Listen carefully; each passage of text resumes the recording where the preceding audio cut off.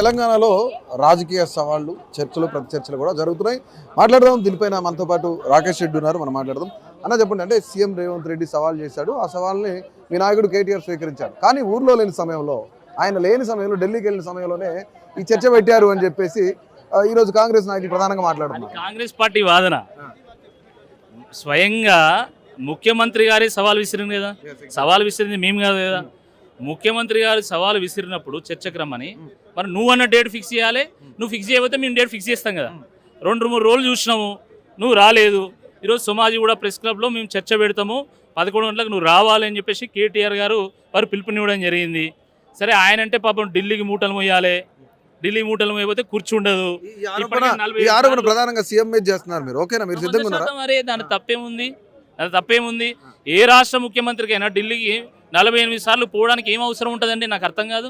నువ్వు నిజమైన నికార్స్ అయినటువంటి ముఖ్యమంత్రి, నువ్వు పవర్ఫుల్ సీఎం అయితే ఇక్కడ కూర్చొని నువ్వు మాట్లాడితే అక్కడి నుంచి వెళ్ళి దిగి రావాలి వాళ్ళు.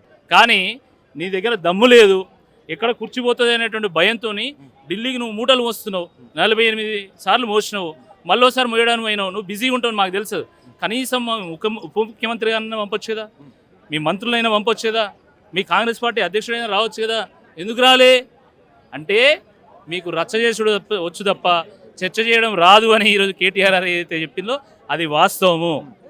రైతుల విషయంలో, యువకుల విషయంలో, నిరుద్యోగుల విషయంలో, విద్యార్థుల విషయంలో, కార్మికుల విషయంలో, మహిళల విషయంలో ఈరోజు మీరు కంప్లీట్ ఒక ఫెయిల్యూర్ అనేది ఈరోజు తెలంగాణ సమాజానికి అర్థమైపోయింది. కాబట్టి రాబోయేటువంటి స్థానిక సంస్థల ఎన్నికల్లో ఆ సమర బేరీలో ఓటమి తప్పదు. కాబట్టి ఏదో ఒక రచ్చ చేసి 4 ఓట్లు తెచ్చుకోవాలనేటువంటి ఒక దురాలోచనతోనే ఈరోజు రేవంత్ రెడ్డి గారు నిజంగా సవాల్ విసిరింది తప్ప సవాల్కి ఇక్కడ మీరు స్వీకరించలే. మీరేమో అన్ని విషయాలు ఢిల్లీకి పిరికి పందే కాబట్టి పారిపోయింది ఆయన.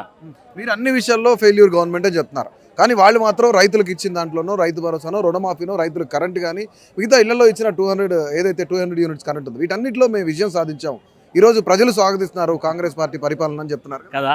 నువ్వు విజయం సాధించినావు కదా, నువ్వు పెద్ద సిపాయి కదా, పెద్ద మునగాని కదా, మరి రాలేందుకో ఇక్కడికి, ఎందుకో పారిపోయినావు ఢిల్లీకి. మీరు రుణమాఫీ అన్నారు, చారాన మందికి రుణమాఫీ చేసి 12 మందికి ఎగ్గొట్టినావు. చారాన కోడికి 12 మసాలా అన్నట్టు ఒకటే హడావిడి, ఒకటే ప్రచారం. నువ్వు ఎవరికి ఇచ్చినావు రుణమాఫీ? రైతు బంధు అంటే 2 సార్లు ఎగ్గొడితివి. ఈరోజు ఏదో కొంతమందికి ఇచ్చినావు, ఇంకొంతమందికి రాలే.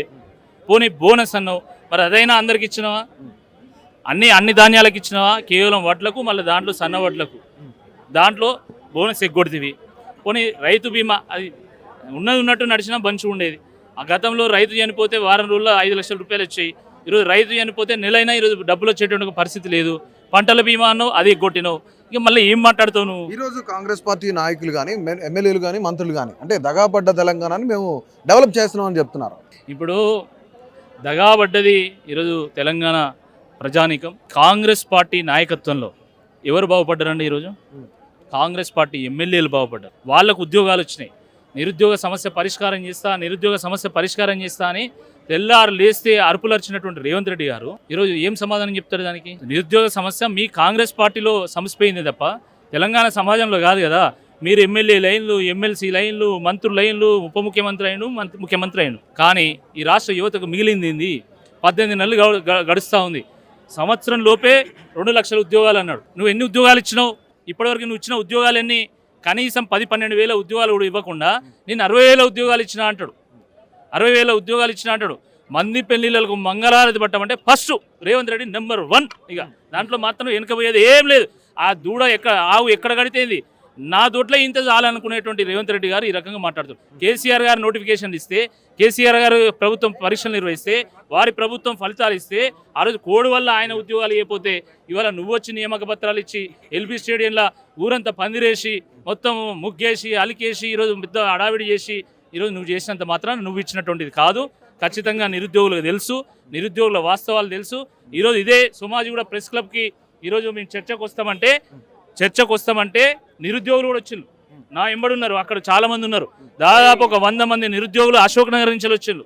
చాలా వాస్తవం ఏందో తేలాలే, మేమే సాక్షులం, మేమే చెప్తాము, న్యాయం ఏందో మేము చెప్తామని వాళ్ళు వచ్చిండ్రు. వాళ్ళు కూడా పాపం నిరాశ చెందిండ్రు. ఇట్లనైనా ముఖ్యమంత్రి గారిని కలవచ్చు, ఇట్లనైనా నిలదీయొచ్చు అని వాళ్ళు ఆశపడితే ఆ ఆశ మీద నీళ్లు చల్లినటువంటి ప్రభుత్వం రేవంత్ రెడ్డి గారు ప్రభుత్వం. సవాలు విసిరిన వ్యక్తి ఈరోజు చర్చకు రాలేదు, ఫైనల్గా ఏం చెప్తారా? ఇంకేముంది, దొంగలాగా పారిపోయాడు పిరికి పంద రేవంత్ రెడ్డి గారు. నిజంగా నీలో నిజాయితీ ఉంటే, చిత్తశుద్ధి ఉంటే, నిబద్ధత ఉంటే నువ్వు వచ్చేటోడి. నువ్వు రాలేదంటేనే నువ్వు ఈరోజు అబద్ధాలు ఆడినవు. నువ్వు చేసినటువంటి ఆరోపణలన్నీ అవాస్తవాలనేది చాలా స్పష్టంగా అర్థమైపోయాయి. ధన్యవాదాలు.